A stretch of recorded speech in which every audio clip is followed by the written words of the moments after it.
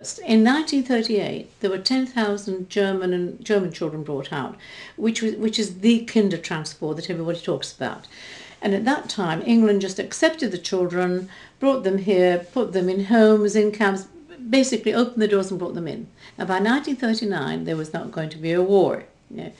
So when they discovered there were all these children there, the only countries that were prepared to accept them were Sweden and England. But in England, every family that was willing to accept the child would had to promise to put £50 towards their,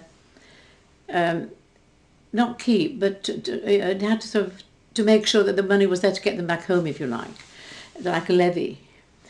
And Nicholas Winton went to Prague, saw the situation, and decided then and there that somehow these children have got to be rescued.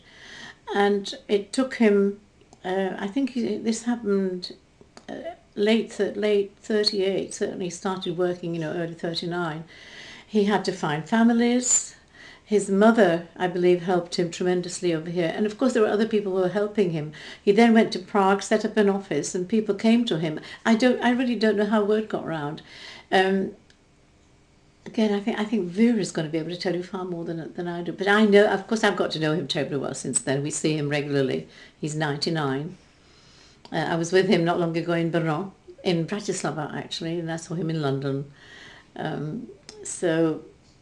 But why he did it? He just decided that I've got to save these children. I believe there were about 5 trains at the time. Again, none of us children had no idea who organised it. Obviously, our parents must have known who'd organised it, but we didn't. And we came to England. We dispersed. We were adopted by different families. Some of us then met again at the Czech school that the government set up. Actually, it was a Czechoslovak school at the time. And again, somehow I never remember asking. Certainly my parents, because by then my mother, she was one of the few lucky ones, she'd escaped and she was in England too, never talked about it. And then I discovered I wasn't the only child who never asked about the trains. And it remained a mystery until 40 years after the war. When did you actually arrive in England? It was July the 31st, 1939. So very close to the outbreak of the war. Oh, absolutely, because Matter of there was weeks. one more train which was due to leave, which had the most children on it. And that was due to leave on the 3rd of September, and that train never left. So we were literally the last. How many of your family back home didn't make it? Well, certainly my maternal grandparents, aunts, uncles, cousins, they all died in the camps. One cousin survived and she could have gone on the train. She's just a year older than I am. She absolutely refused to go. So she and her mother and father were sent to Terezín first, which was the sort of town from where they shipped people to other camps. Now her father died in Terezín. She then was sent with her mother to Auschwitz. From there she was sent to Hamburg, where they were doing some very hard labour while Hamburg was being bombed. And from there she was sent to Belsen with her mother. And the most amazing thing about this woman was that as a child she was a very gifted pianist. And she was due to go to Paris to study with Nadia Boulanger, and that of course happened. Now, and also her health was very poor, her lungs were very weak, she got typhoid, but she survived all those, and she said she and her mother sort of survived together, if you like. And at the end of the war, she was found by the American soldiers, got back to Prague, and her hands were completely ruined, and she would by then be 16, and everyone thought that's the end of her career. And she started playing again. She was absolutely determined to begin. She was then told that she would be very good on a harpsichord, and she eventually became the greatest Czech harpsichord player.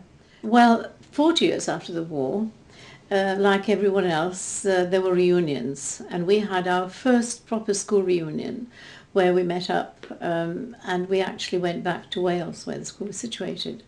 And even then we didn't know, but unknown to me, there was another lady called Vera Gissing who had already started asking questions and was trying to find out as to how she got on those trains, but she had no idea. And two things happened at the time. After our first reunion, at some point, there's an organisation called the Abbeyfield Homes, and they're in different towns. And in Sheffield, one of the voluntary helpers at Abbeyfield, I think he was possibly even a member of the committee, and he was one of us, by now a middle-aged gentleman, went to an annual general meeting in London and found himself sitting next to another slightly older man, and they started chatting. And because Rudy still speaks with a slightly foreign accent, so this gentleman sort of said, where are you from? He said, he said, I came on a train, I was rescued on a train from Czechoslovakia in 1939. And this gentleman said, well, I happen to be the man who organised these trains. And he said, well, you are the man who saved my life. And that's how he was found, one way. Now, the other way was that Nicky's wife was clearing out the attic and had opened up some old trunks and found a load of documents, pictures, photographs, letters, and said, hey, what is this? And he said, this is something I did before the war, or something I've totally forgotten about. Don't worry, just get rid of it. It's rubbish. And of course she didn't get rid of it, and it got into the hands of the press, and the rest is just history, as they say. We then found Nicholas Winton.